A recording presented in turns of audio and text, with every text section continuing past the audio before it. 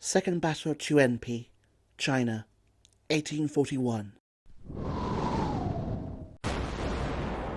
From the deck of your ship, you watch as the HMS Nemesis pounds the Chinese forts. She's a magnificent sight, a metal monster which the Chinese cannonballs just bounce off. The fort explodes in a mixture of fire and smoke. Even at this distance, you can see the bodies thrown up into the air. Just one more to go, but this one has to be taken by land. It's up to you and your fellow soldiers to storm it. Landing on the beaches, you charge up the hill towards the fort. While it's taken a battering from the Nemesis, the Chinese are in no mood to surrender. Gunfire pours down upon you. A soldier next to you clutches his leg and topples over. Returning fire, you slowly fight your way up the hill. Then with a battle cry, the Chinese soldiers charge down the hill towards you, armed with swords and axes. You keep firing, most are mowed down, but some reach your position. You battle a half-naked Chinese soldier in a contest of sword versus bayonet. He is fighting hard, but with a well-timed thrust, it is all over. Finally, you storm into the fort. The remaining Chinese throw themselves into the sea. Once again, you wonder why they didn't surrender, or how you ended up in this strange land. I'm your host, James Barton. Welcome to Forgotten Wars. This country is at war with Germany. Today, our armed forces joined our NATO allies in airstrikes against Serbian forces. Eagle 1, first strike, you have permission to engage the target. In the first few hours after our servicemen went to the rescue of young Americans and of democracy in Grenada, Damals uns ausgebildet. Wollen diese 4 Jahre nützen. The First Opium War, Part 2. The Empire Strikes Back. Hello everyone. Welcome back to Part 2 of our series on the First Opium War. In our last episode, we saw how a devil's brew of precious silver, Britain's love of a good cup of tea, and China's addiction to the poppy paved the road to war. Now, let's head to the barren island of Hong Kong, where the British have fled, as they plot their next move. Something of a stalemate had now broken out in the battle of wills between Lin and Elliot. Lin, however, remained supremely confident that victory was just around the corner. He boasted to the Emperor that the British would come begging on their hands and knees for forgiveness. He dismissed any fears of a war breaking out, claiming, despite their guns, the foreign soldiers are not skilled at infantry engagements. Their tight trousers, which makes bending and stretching inconvenient. When they reach shore, they are thus powerless, and their strength can be easily controlled. Throughout both Opium Wars, the Chinese officials would have a curious fixation with the tightness of British trousers and how restricting they must be. As for Elliot, he was struggling to deal with a public relations disaster. Hong Kong was a safe base for now, but supplies had to be brought from the mainland. On one of these missions, some American and British sailors found a supply of rice wine. If you think they left it alone and continued with their mission, you would be wrong. They got rip-roaring drunk, demolished a local temple, and battled villagers, killing one of them in the process. In response, Ling cut off all supplies. Elliot and the British desperately needed fresh food and water, but Chinese war junks were blockading them from the mainland. Finally, Elliot's patience snapped. After an ultimatum was ignored, the British attacked. What followed is called the Battle of Kowloon, but it honestly wasn't much of a battle. Casualties were in the single digits for both sides. No ships were sunk. It was something of a draw. However, the Chinese ships abandoned their blockade, mainly as they were shocked that a battle had happened at all. Lin had been predicting a bloodless victory, ridiculing any idea that the British would use force. Stalemate or not, the British could now buy supplies at Kowloon without interference. The Chinese commander, however, sent a very different version of events back to the Emperor in Beijing. He claimed to have sunk numerous English ships, then defecated on a leading British officer as he begged for mercy on the ground. This was a complete lie and fabrication, but throughout the war, every time a Chinese commander lost a battle, they would instead report that they'd won, inflicting tremendous casualties on the foreigners. The Emperor would congratulate them and then reward them, unaware of how badly the war was going until quite late in the day. The first blood had been shed, but still, full-scale war wasn't inevitable just yet. Then, the trading ship Thomas Coutts sails into our tale. This ship was owned by Quakers who didn't involve themselves in trading opium for religious reasons. They were happy to sign Lin's bond, believing that their actions would stop a war. In this, they would prove very naive. To prevent other British ships from following their example, Elliot ordered a blockade of British shipping in the Pearl River. Just so you can keep track, Britain was now blockading a Chinese river to prevent British ships from trading with China, all in the name of free trade. The situation only got more ludicrous. A British ship, patriotically named the Royal Saxon, tried to circumvent the blockade. The British Navy tried to stop them. The Chinese ships went to the aid of the British merchants, and the Battle of Chuanpi was on. 4 Chinese war junks were destroyed. British casualties were minor in comparison, with 1 wounded sailor and 1 slightly damaged frigate. The report that was sent to the Emperor had a slightly different story, however. Apparently, Admiral Guan Tianpai stood erect before the mast of his flagship, wielding his sword and roaring, "Death to deserters!" He then led the fleet to heroic victory, despite getting wounded, destroying many British ships and letting the rest limp off in terror of Chinese power. An overjoyed emperor called his conduct outstanding and promoted him. Impressive, heroic, and utterly untrue.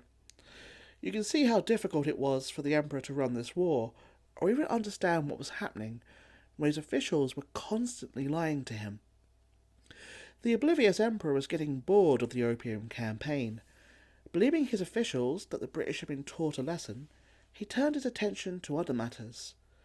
However, back in Britain, due to the 6-month delay in communications, the government was just learning about the whole affair.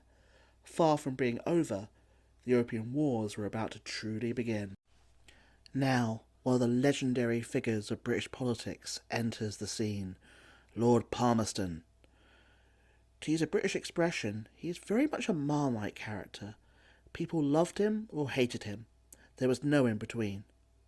He was also a legendary womanizer named Lord Cupid by the Times of London for his success with the opposite sex.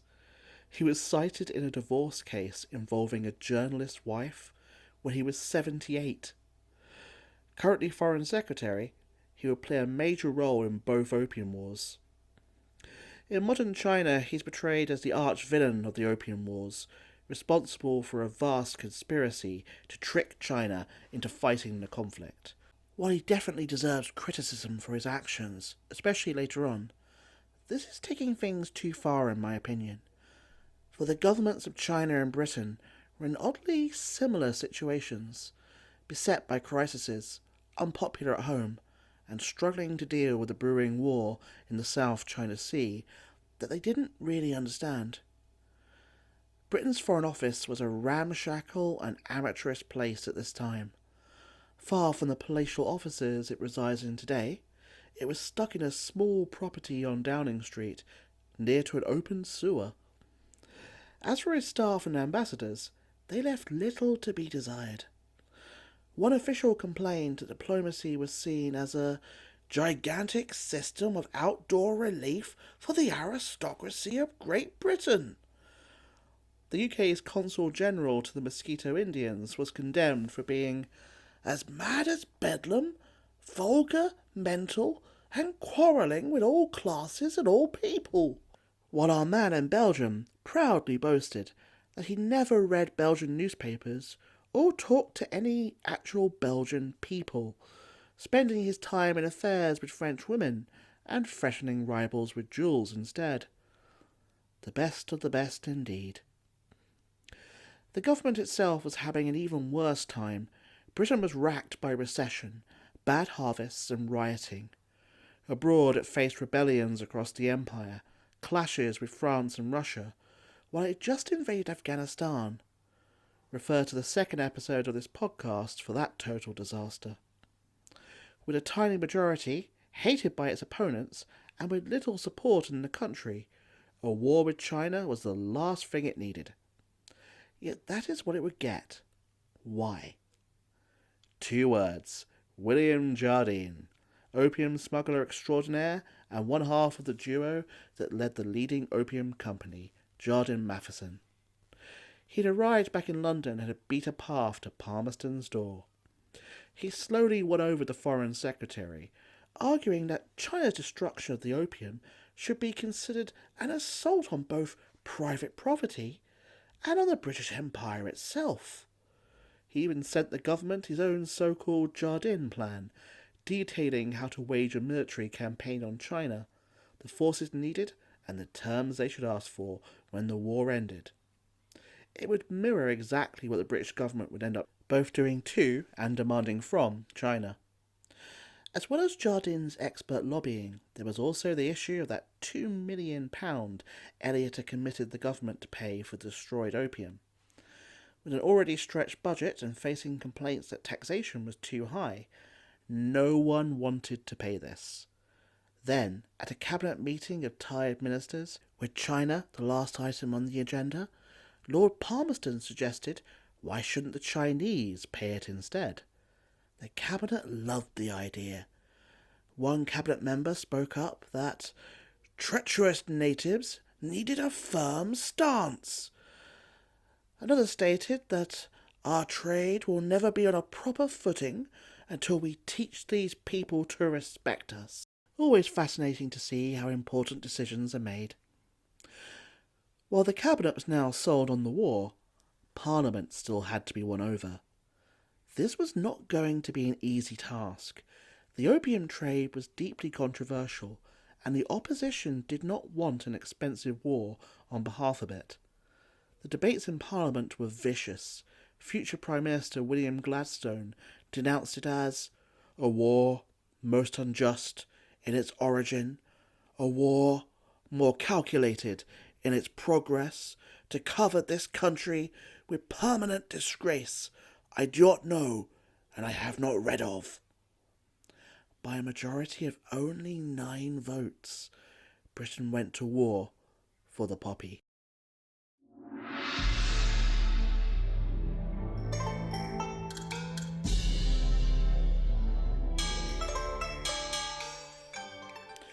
You are an aide to the governor of Zhoushan, a prosperous island near to Shanghai. This is the best thing to ever happen to our island, boasts the governor as he watches the vast foreign fleet that has suddenly appeared. Why, Excellency? You ask. This must be the opium fleet Lynn was reporting on. They have come here because Canton is closed. We're going to make a fortune. You don't agree. These look like warships rather than traders. Then you hear the telltale sounds of shells coming into land. Your Excellency, it is not safe. We must leave. Before your eyes, the Chinese ships in the harbour are turned into matchwood. Frantically, you drag the governor, who is paralysed by fear, away as the guns continue their lethal work. Zhoushan never stood a chance. Lin the Incorruptible and continued sending false reports, claiming the fleet that was sailing up the Chinese coast was just opium merchants who hadn't gotten the message yet. Soon it was defenceless and the British overran it with ease. 1 million Chinese fled. The governor we met drowned himself in a small pool. While it was easy to conquer the island, it would be lethal to hold for the British. Malaria and dysentery ran rampant through the ranks. 5,329 soldiers were admitted to the military hospital, with 448 deaths. With the British now attacking his coastline, the Emperor realised that Lin and all of his Canton officials had been lying to him. Just like that, Lin and the reformers were out. The corrupt faction were back in the game. Lin was exiled to a remote corner of the empire. His career never really recovered. The new official in charge of the war was Kishan, a Manchu who was used to failing miserably, but still being promoted and making a fortune regardless. Think of him as the ultimate nepo baby, to use the current slang. To be fair to Kishan, he had some success at first. Rather than fight the British, he launched a charm offensive. He flattered Elliot like he had never been flattered before, promising everything could be resolved if the British would just go back to Canton. It was all a misunderstanding after all. The British were guests, not invaders. Guests who were admittedly shelling the Chinese coast, but was a little violence between friends. Once everyone was at Canton, he threw banquet after banquet after banquet, praising Elliot and condemning Lin. He probably enjoyed that last part, as he hated Lin as an uppity Han. After yet another banquet, where Kishan artfully dodged the British demands, even Elliot began to see through his ploy. The war was back on. The British were coming. The Chinese were still besieging Macau, blocking the narrow causeway that joined it to the mainland, so the British couldn't use the Portuguese colony as a base. A huge bombardment from the British ships devastated the Chinese defences. Troops were landed. With the gun and the bayonet, the imperial forces were soon fleeing. While still neutral, Portugal would now allow the British to use Macau as their southern base for the war. The British plan was to slowly put pressure on Canton and the Pearl River until China gave in to Britain's demands. Their next target would be the narrow straits that protected the route to Canton, called the Bogue. Our old friend from the First Battle of Chuenpi, Admiral Guan Timpiai, was still in charge. He came up with some unique strategies to beat the British. These ranged from the fairly clever, such as ordering a band of soldiers to march around the same hill, changing their clothes after each circuit to give the impression of infinite forces, to the frankly bizarre use of Taoist breathing masters. The idea was that with their breathing techniques, they could walk underwater without air and then drill holes in the bottom of the British ships. Sadly, when asked to demonstrate said skills, they were only good for bobbing up and down in the shallows. The British, on the other hand, had the HMS Nemesis. A steam-powered warship, it was like nothing the Chinese had seen before, and they had no answer to it. Not bound to the prevailing winds, it could go back and forth to strafe fortresses, while also towing British sailing ships on days when there was no wind. We've reached the scene at the start of this podcast, the Second Battle of Chuenpi. It was a disaster for China. After capturing the forts, the British turned on the Chinese fleet. They were anchored in shallow water for protection. But the British fleet poured Congreve rockets down upon them.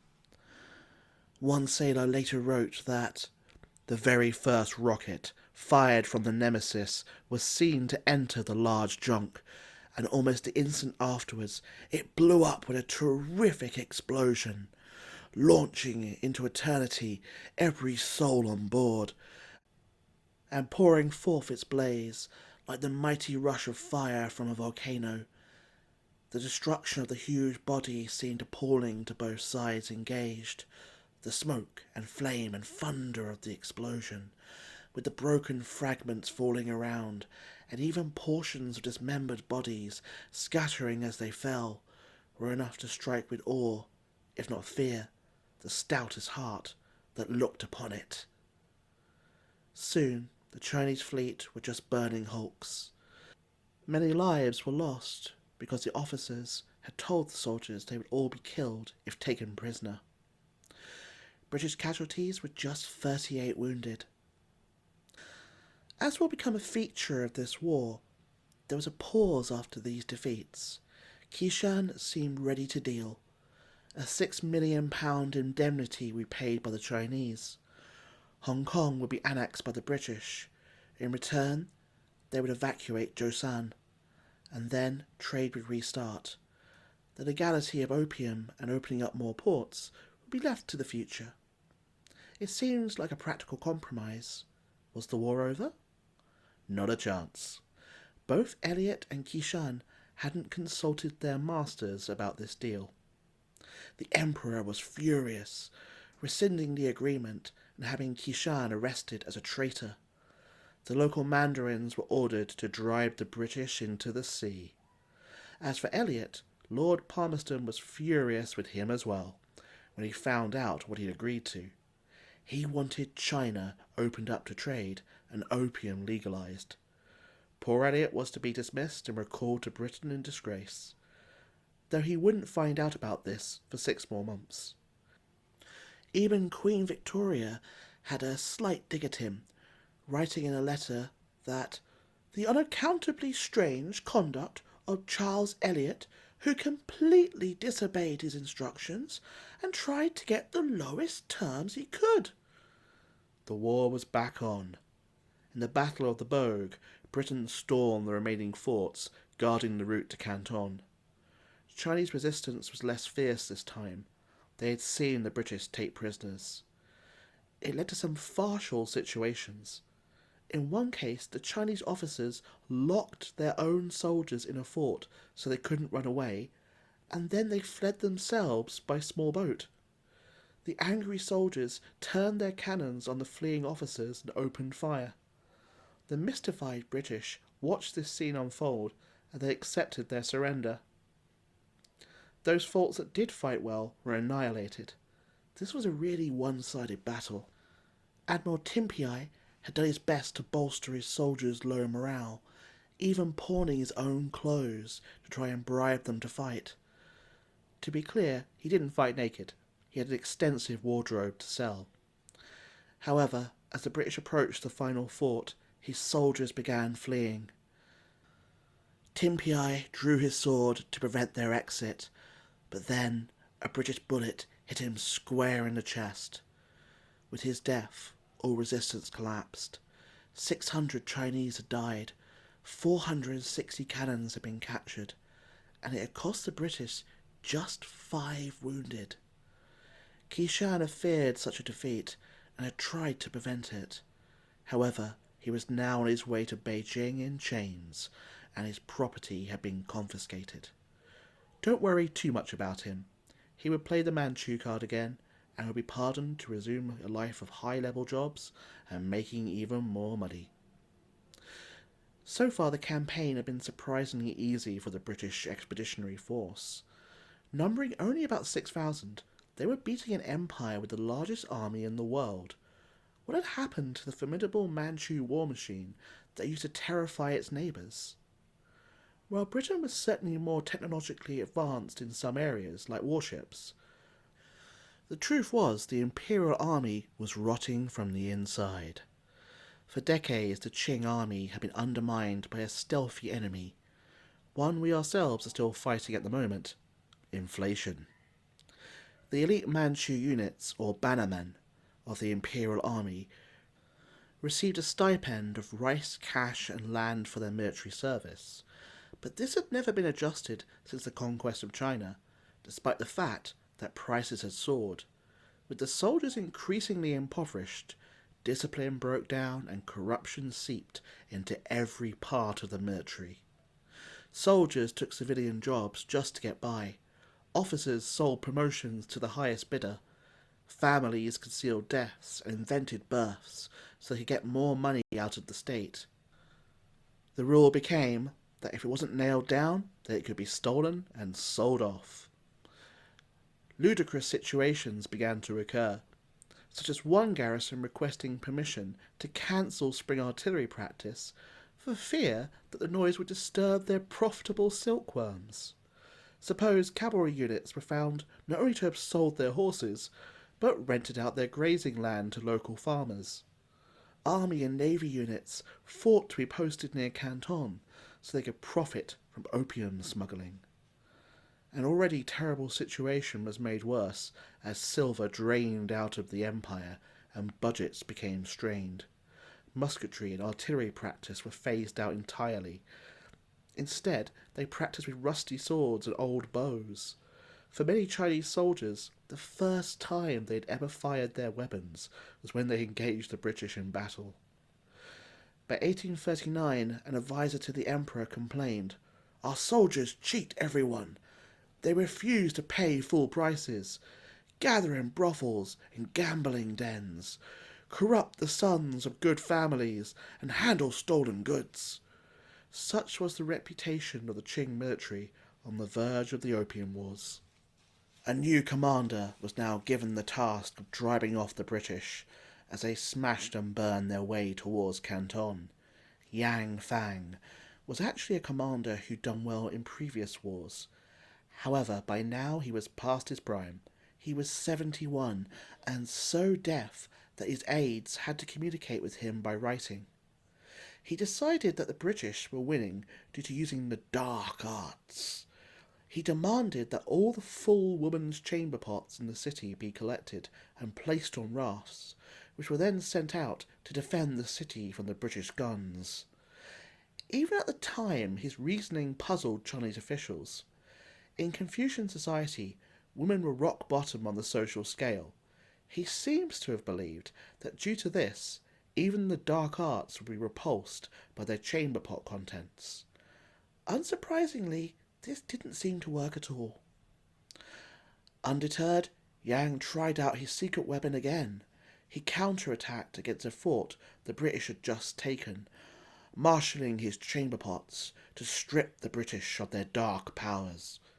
However, once again, the mystical chamber pots failed. When his deputy fled, the whole operation collapsed.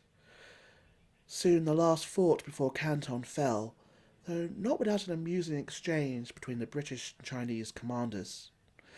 The Mandarin proposed that he fire 6 blanks to save the emperor's face, and then run away. Outraged, the British officer called him a mighty big coward. Instead, the poor emperor's face was not saved. The Mandarin and his troops fled without firing any shots at all. The British reached Canton and besieged the city. For Eliot, this may have been the high point of his life, returning in triumph to the city he'd been humiliated in and driven out of. Yet the furious emperor was determined to fight on, despite the incompetence of his officials and army. A huge counterattack was being planned. The full might of China was finally being mobilized. Join me the next episode for the Battle of Canton.